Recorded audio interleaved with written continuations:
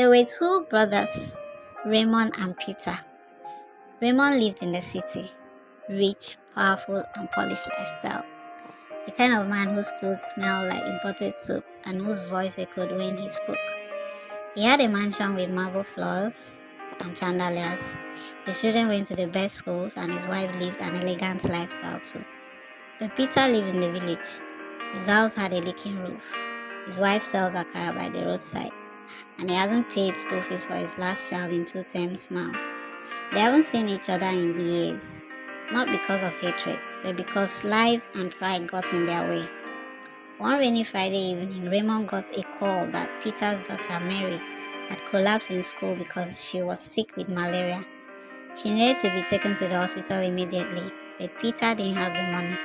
So Raymond drove down from town. He was angry at first. Why didn't he call when the child started having symptoms of malaria, he mumbled. When he got to Peter's house, the roof was leaking seriously. The room smelled of wet clothes and rain.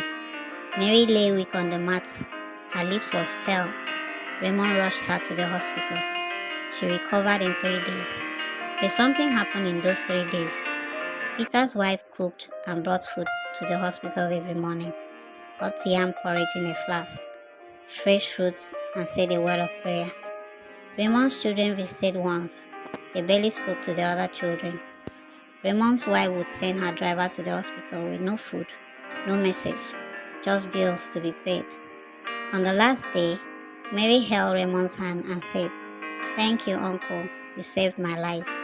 He smiled, but deep inside something broke, not in pain, but in truth.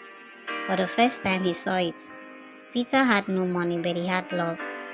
He had warmth, a wife who woke early, children who laughed with joy, a house where family prayed together, not just posing for pictures. That night, Raymond didn't drive back to his mansion.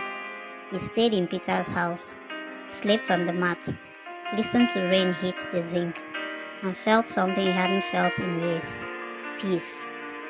Sometimes the richest life isn't in the cars and mansion, it's in the moment, the love, the warmth money can't buy. Because at the end of the day, a full heart beats a full wallet.